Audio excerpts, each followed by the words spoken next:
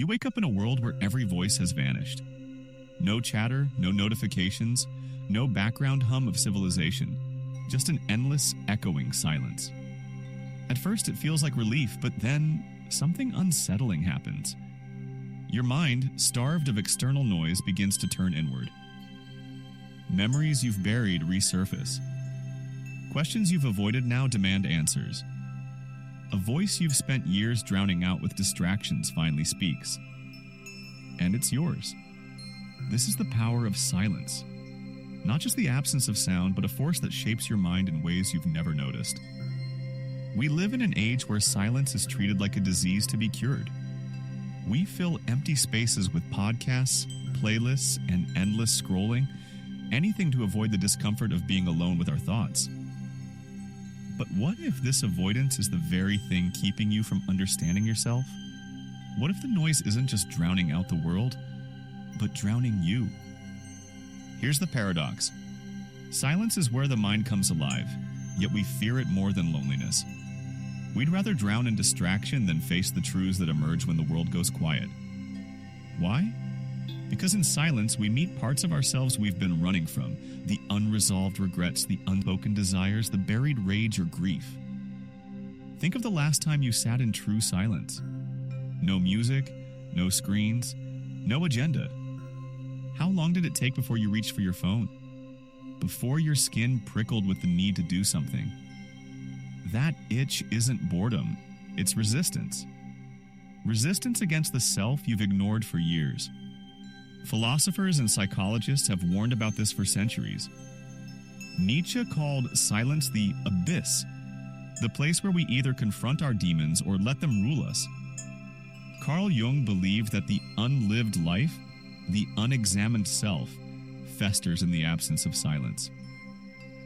And yet, modern life has turned noise into an anesthetic, a way to numb the questions that could lead to real transformation. So here's the great question. What are you afraid silence will show you? Is it the gap between who you are and who you pretend to be? The dreams you've abandoned for practicality? The relationships you've neglected? The version of yourself you've buried under obligations and expectations? The truth is, silence doesn't create these fears, it reveals them. And what's even more unsettling, the noise you use to escape them isn't just hiding the truth, it's shaping a lie. But this is only the beginning. Because the real danger isn't just what silence exposes, it's what happens when you never let it speak. Who are you when no one is watching, when nothing is demanding your attention? The illusion of connection, the reality of fragmentation. Social media promised connection but delivered splintered attention. The average person checks their phone 58 times a day, fracturing focus into smaller and smaller shards. Each interruption isn't just a pause, it's a cognitive reset, forcing your brain to waste energy rebuilding concentration. Neuroscientist Daniel Levitin explains, every time you switch tasks, your brain must reconfigure its neural pathways, burning glucose and inducing mental fatigue. You're not multitasking, you're rapidly exhausting yourself. But the deeper cost is existential. When you lose silence, you lose the ability to hear your own voice beneath the static of others' expectations. You become an echo chamber of borrowed desires, too distracted to notice you're living a script you didn't write. The resistance you feel is by design. That discomfort you sense when you try to sit quietly, that's not you, it's conditioning. Advertising thrives on your avoidance of introspection. Politicians rely on your shortened attention span. Even the algorithms shaping your social feeds exploit your brain's craving for novelty, ensuring you stay hooked on the surface of life. But beneath all this noise, something vital is waiting, the unfiltered version of you. And this is where the real danger lies. Because if you never meet that version, you'll spend your life performing for an audience that doesn't exist. What happens when a mind forgets how to be still? The consequences are everywhere, but we've been trained not to see them.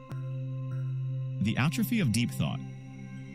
Before the digital age, the average attention span stretched 12 seconds. Now, 8 seconds, less than a goldfish. But this isn't just about focus, it's about the death of contemplation. Great ideas don't emerge in fragments. Einstein developed relativity while staring at a beam of sunlight. Kafka wrote in the silence of night, calling it the voice of the universe speaking through you. Today, we interrupt ourselves before a single thought can fully form. The result? A culture of reaction instead of creation. We consume content faster than ever, yet produce nothing of depth. We mistake scrolling for learning, likes for validation, and outrage for purpose. The emotional numbness paradox. Constant noise doesn't just distract, it anesthetizes. Studies show that people would rather administer electric shocks to themselves than sit alone with their thoughts for 15 minutes. We've become so afraid of silence that we'll choose pain over introspection. But here's the cruel twist. Avoiding discomfort amplifies it. Emotions buried alive don't die, they metastasize. Unexamined grief becomes chronic fatigue. Unspoken anger mutates into passive aggression. The very distractions we use to escape our feelings ensure they'll control us forever. The loss of agency. Silence is where decisions are born. Without it, you default to autopilot. You buy things you don't need because ads filled the quiet that should have held reflection. You adopt opinions from headlines because you never sat long enough to form your own. You stay in unfulfilling relationships, jobs, and habits because noise drowned out the whispers of discontent. Neuroscience confirms this.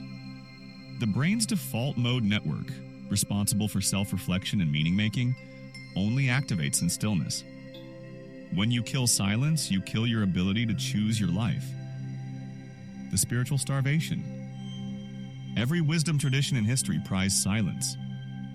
Monks vow vows of silence to hear God. Yogis meditate for hours to dissolve illusion. Indigenous cultures use solitude as initiation. Why? Because in silence, you touch something beyond the ego. Call it intuition, soul, or pure awareness. Without it, you're reduced to a biological machine, consuming, excreting, and repeating until death. The silent crisis no one is talking about. We've created a world where children can't sit through a meal without screens. Adults can't drive without podcasts. Entire relationships exist in parallel monologues, never in shared quiet. This isn't progress, it's avoidance on a civilizational scale. And the bill is coming due in the form of epidemic anxiety, hollow relationships, and a pervasive sense of meaninglessness.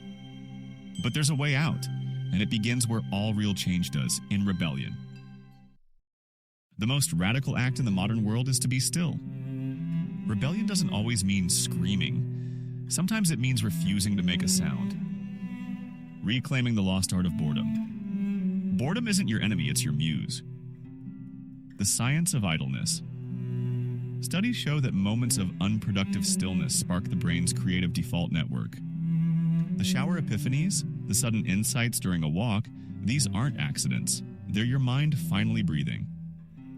Try this. Next time you feel the itch to grab your phone in silence, wait.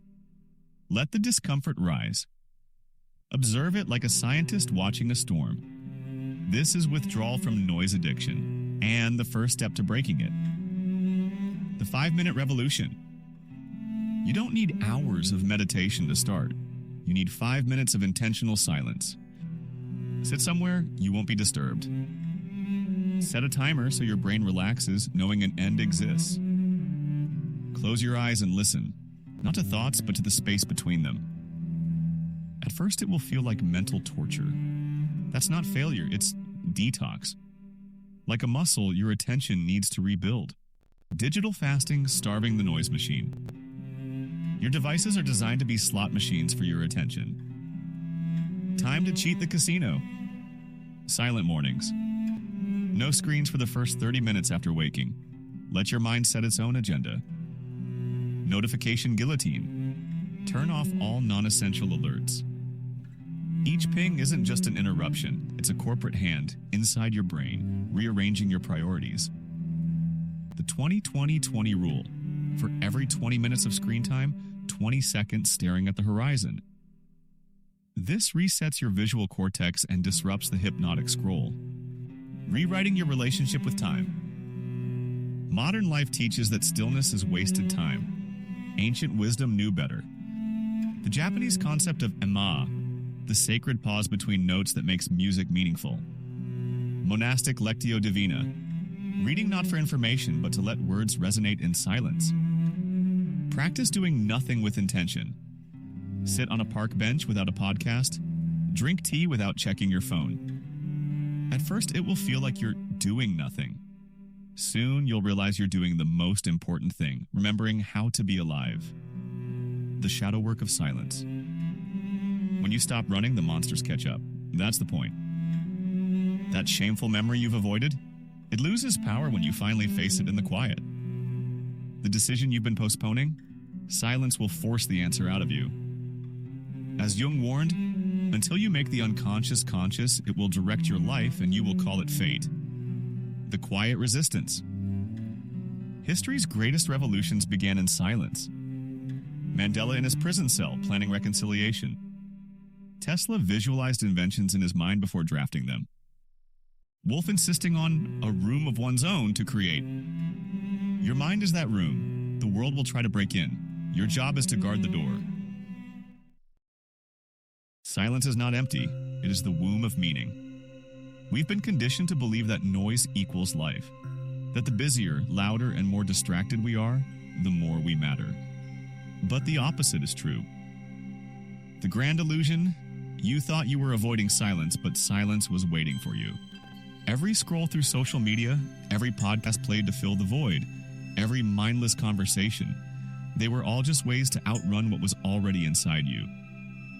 But here's the secret. Silence was facing you. It was always within you. You weren't running from emptiness. You were running from the part of yourself that knows the truth. The revelation, in silence, you meet your real self. Not the curated identity you post online. Not the persona you wear at work or social gatherings. Not even the self you discuss in therapy. The real you, the one that exists when no one is watching, when nothing is being performed, when all the noise finally stops. This is why silence is so terrifying, because in it you can no longer lie to yourself. The paradox of silence, it takes away everything to give you everything. It strips away the illusions of who you thought you were supposed to be. It burns up the stories you've been telling yourself for years. It leaves you naked with nothing but the raw truth of your existence. And yet, this is where freedom begins. The final realization, you are not your thoughts. The greatest gift of silence is the realization that you are not the voice in your head. You are the awareness that hears it. The anxieties, regrets, and self-doubts, they're just passing weather in the sky of your mind. The endless mental chatter, it's not you, it's the echo of a world that taught you to fear stillness. When you stop identifying with the noise, something extraordinary happens. You remember who you were before the world told you who to be. The invitation, let silence rewrite your life. This isn't about meditation or productivity hacks. It's about reclaiming your mind from a world that profits from your distraction. What if the answers you've been seeking were never in another book, podcast, or seminar, but in the quiet you've been avoiding? What if the next great chapter of your life is waiting, not in more action, but in the pause you're afraid to take? The last question. When the noise fades, when the distractions crumble, when it's just you and the infinite stillness, who will you find there?